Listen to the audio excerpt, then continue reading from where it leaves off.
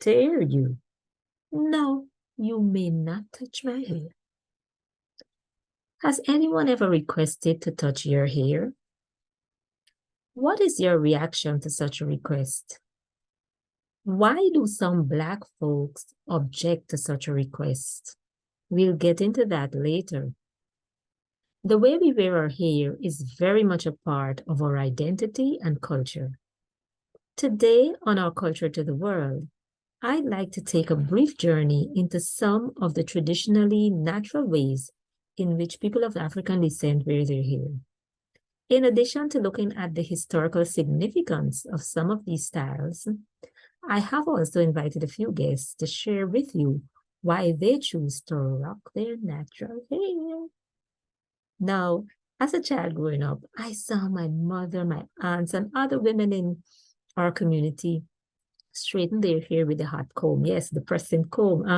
Y'all remember that? This gave their hair a straight, shiny look.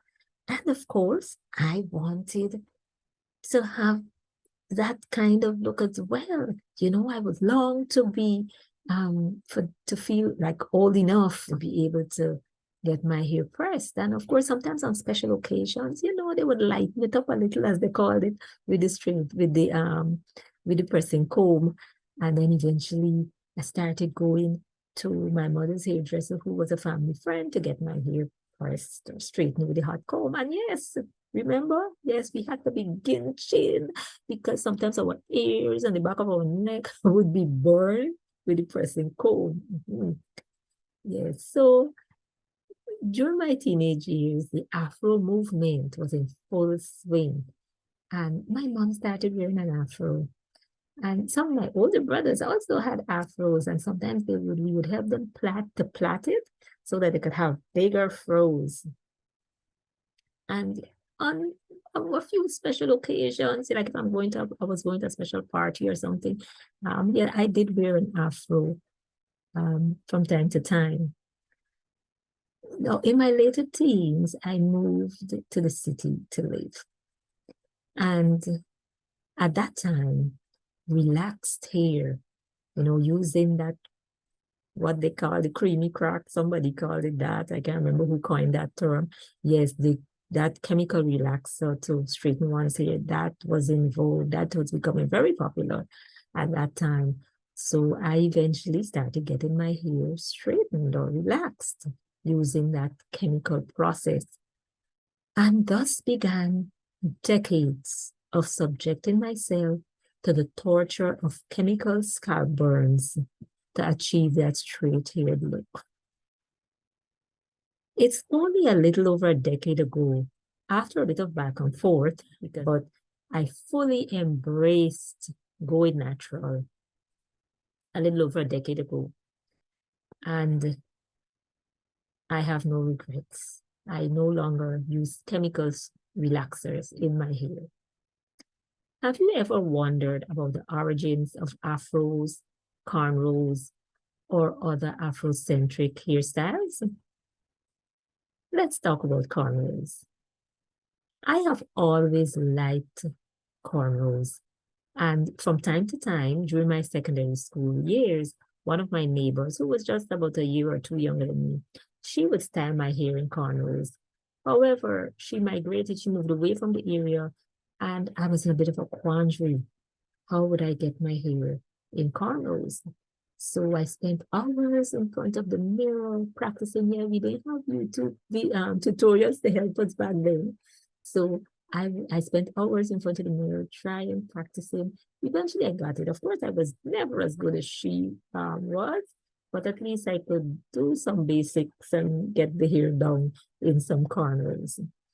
Now, what about cornrows? What is their history? The sources I consulted state that cornrows originated in sub-Saharan Africa and that their first known depiction was found in a cave painting that dates back to around 3000 BC. More than just a hairstyle or a fashion statement, these styles could indicate one's position in society, their age, their marital status, their occupation or their tribe. Now, let's talk about other kinds of braids. As with cornrows, the kinds and styles of braids one wore in West Africa related to one's marital status, one's rank in society, their wealth, their religion, their age, so the styles could tell a whole lot about a person. I even read that young unmarried warriors in Senegal would have to braid their hair in a certain way to signify their preparation for war, which of course was also a preparation for death because they could die in battle. Now, twisted locks. Yes, I'm rocking some faux locks. And for me, adding these extensions to my hair helps me. Like right now, I live in a temperate country, the temperate climate rather. It's winter where I live. And when I have my hair like this, it protects my hair. It's a protective style. I don't have my natural hair out to the elements. I also add these natural looking extensions to my hair at times, sometimes when I need a bit of a rest from trying to manipulate my hair regularly, So it helps when I'm in a rush, I have these, I can keep them in for a period and keep going. But the hair that I have underneath it, this is my natural hair that I have not chemically processed. But we're talking now about the origin of twisted locks in general. We're going to talk some more about dreadlocks. Now, twisted locks, most people, especially those of us from the Caribbean, we associate locks with Jamaica and the Rastafarian movement. Nevertheless, I was surprised as I started looking into the origin of these styles for this video. I found out that twisted locks, not dreadlocks, twisted locks originated in India. So far, the first known reference to this way of wearing one's hair is from over 2,000 years ago in the Hindu Vedic scriptures. The dreadlocks that were popularized by Rastafarians were traditionally worn in some parts of Africa, like Ethiopia and Namibia. It is important to note that not only Rastafarians wear their hair in locks, and when I say locks, locks in general, dreadlocks, because really, locks have become a very mainstream hairstyle among Blacks around the world. Hello, I'm Elsie from Guyana, and I choose to wear my hair natural because I feel like my natural hair is an extension of who I am as an individual. It is a part of my identity. In the same way that I don't feel the need to change the shape of my nose or the color of my skin, I also don't want to change the texture of my hair. I chose to wear my hair in locks in particular because locks offers me a sense of ease. It is a symbol of beauty, of strength, of resilience, and these are the characteristics that I use to describe myself. So locks just felt like me.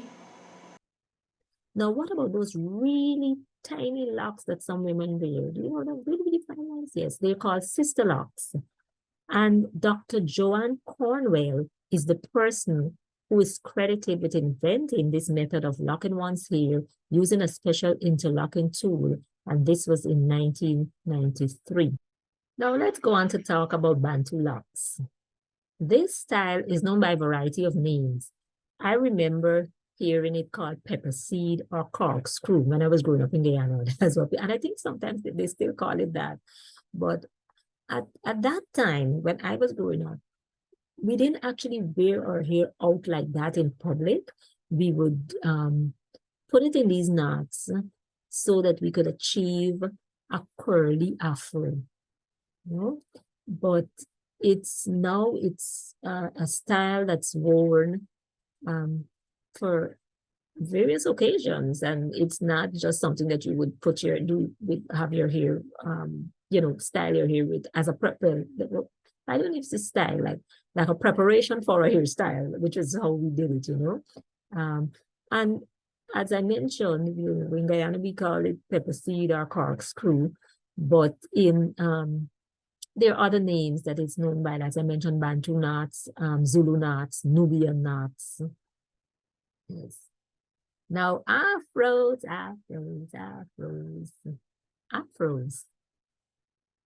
Afro hairstyles can be traced back to men in nomadic tribes of Somalia in East Africa, yes. Apparently, over time, wearing one's hair in this way was frowned upon. However, it appears as though in recent years, some Somali youth have begun to reclaim this aspect of their cultural heritage. Want to know why I went natural? I was curious as to see my natural hair texture, my natural beauty. It had been so long of putting chemicals in my hair, I didn't even know what my own hair looked like.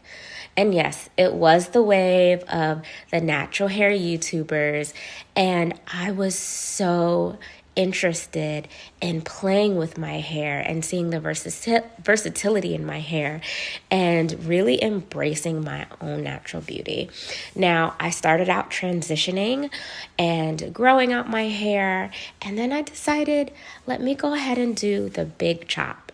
And I've never gone back since. Now, yes, my hair is blowed out now because I did get it recently cut, but my natural hair journey will forever continue. I don't plan on going back. In Western society, the Afro gained its prominence during the era of the civil rights and Black Power movements in the 60s and 70s. Afros were much more than a hairstyle. They were a political statement, a symbol of Black pride, and a rejection of Eurocentric standards of grooming and beauty. In this part of the world, too, there was a period when there was a waning in the Afro's popularity, maybe like in around the 80s and 90s. However, Afros have resurfaced over the past 2 decades as the Blacks have begun to focus more on their natural hair. My hair has been natural for all of my life. I love my hair natural. And of course, I've been asked many times why I kept it natural. I think it was easy for me because my mom, she was very good with combing and washing natural hair. So the care process was not as tedious for me as many persons would indicate it was. So having my mom take care of my hair, that contributed a lot to me wearing and loving my hair natural. And she did really nice styles. She was also very loving to my hair. So getting my hair combed was actually an enjoyable experience when once my mom was the one who was combing it. So wearing my hair natural as a child and growing up has been a really nice experience because of the care process that my mom introduced me to. Another reason for me liking my hair natural is that I've come to embrace the fact that hair is different for everyone. For me, my family grays prematurely. So although I'm relatively young and I started graying at the age of 14, many persons wonder, why do I have so many grays? But I've understood that my family, they gray early and it's a beautiful gray. I've seen it in my relatives and I've come to embrace that. So I don't really feel like dyeing my hair, at least not yet, because I like how my hair is, understanding why it is the way it is. So wearing my hair natural because of that is also inspirational. Another reason why I like wearing my hair natural is that products now to take care of natural hair, at least my type of natural hair, have become close to ubiquitous. So there isn't a shortage necessarily on the market for hair care products. There isn't the need for expensive hair care products. In fact, I guess everyone just needs to find what kind of product works for them. But natural hair, my natural hair, it doesn't demand a lot. It loves water and it loves a good wash. So maintenance isn't something that would actually deter me from wearing my hair natural. It helps. So that's another reason why I like wearing my hair natural. Thank you. Okay, so now let's talk about the questions that I posed at the beginning of this video. Why are so many so sensitive, or some people so sensitive when it comes to being asked to touch our natural hair? Now, this was an eye-opener for me. I first learned of this aspect of the historical and cultural significance of braids when I watched episode 1 of Dr. Solandra Bowman's program on Conversations on Hair, History, and Popular Culture for South Carolina's Education TV, SCETV. The animated videos in the series Conversations with Crescent are designed for students of the 7th and 8th grades and were created by Black female students in South Carolina. The first video in this series was an eye-opener, as I mentioned, for me, and created a new consciousness regarding some of the reasons why asking a Black person to touch their hair or making certain comments about a Black person's hair could be a very sensitive issue. I also did some further research into this issue. And so here's one reason why many Blacks in the US are so sensitive about someone of another race asking to touch their hair. During the colonial period, some enslaved Africans hid seeds, rice, and other grains in their hair on their journey to enslavement. Their cornrows served as signs of resistance. In some cases, braid patterns told folks when to escape, and other braid patterns served as maps that laid out escape routes to freedom from their bondage. Seeds, grains, and messages were also concealed in cornrows and braided hairstyles as our ancestors made their way to freedom. This practice did not take place only in the US. I read of similar things happening in Brazil, which leads me to believe that the practice was prevalent in other areas of the Americas as well. So cornrows and braided hair in the so-called New World were symbols of resistance to oppression. I really gained a new appreciation for these hairstyles that I have worn and admired without fully understanding the depth of their significance. The strange thing is that my enslaved ancestors in Guyana may have had similar experiences to those I just mentioned, but I never learned of that aspect of our history. Another historical reason why some are upset about requests to touch their hair or with comments about their natural hair is that it contributes to the othering of Blacks, which is largely a product of colonialist practices. What do I mean by othering? It is when individuals or groups are viewed or treated as fundamentally different from what is considered the dominant norm. Othering seeks to diminish the individual or group that is portrayed as different in order to consolidate the superiority of the dominant group. You may have heard about Africans like Sarah Baartman and Otto Benga, who were transported from their homelands to London and New York respectively. Baartman in the 19th century and Benga in the early 20th century, in 1906 to be exact.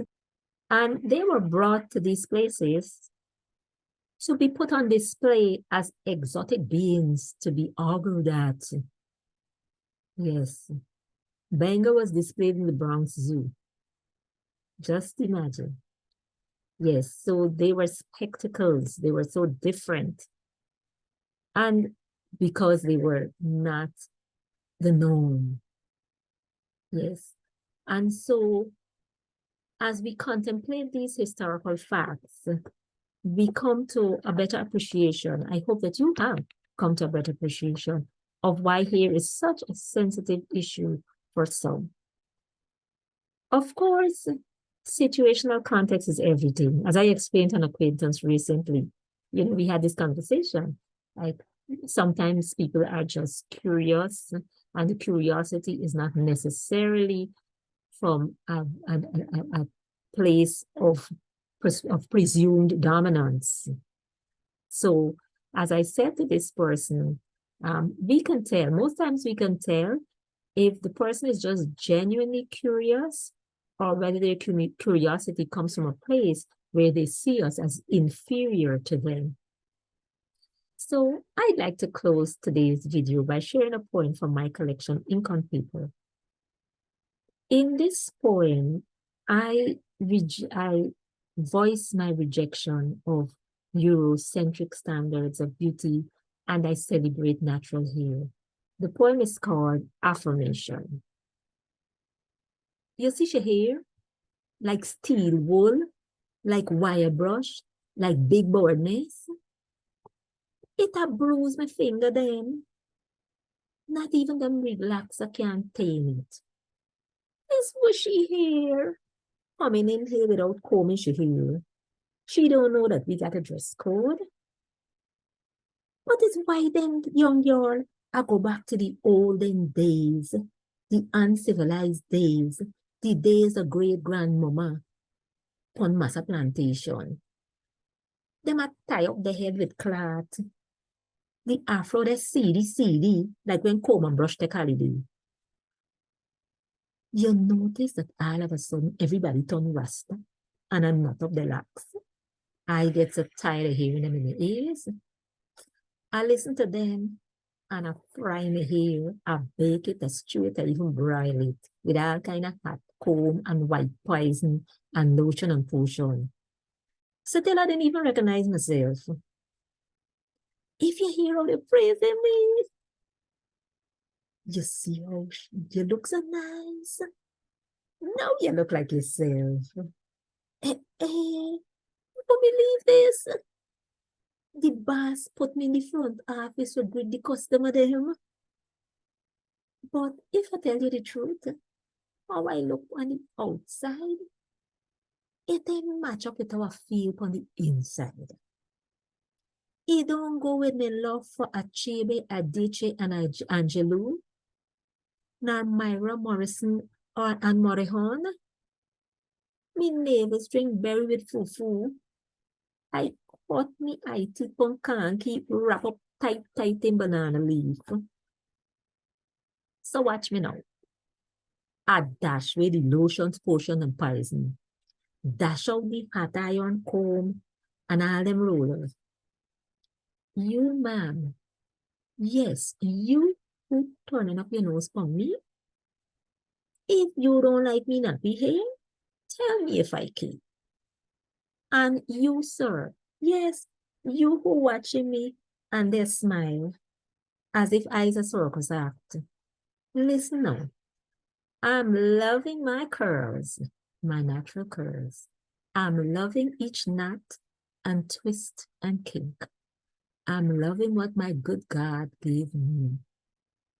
I know my beauty you cannot see, but true to me is what I do. Now, if you want to read some more of my poems, go ahead. My book of poetry is called Ink on Paper, and it's available on Amazon and in Guyana at Austin Book Services. And you may visit my website. I put the link is here. I have some other poems there and some video poems. Anyway, I hope you enjoyed our little journey today into looking back at some of the history and the of natural Afrocentric natural hairstyles. I hope you've learned something today, and I thank you so much for watching. And if you're not yet a subscriber, please go ahead. If you find this content valuable, and there's always something to learn on our culture to the world, so go ahead and subscribe, share the video. I have a friend who says share it like hot food, and go ahead, subscribe and like and make a comment, and come back to view more videos on our culture to the world. Thanks again for watching, and bye now.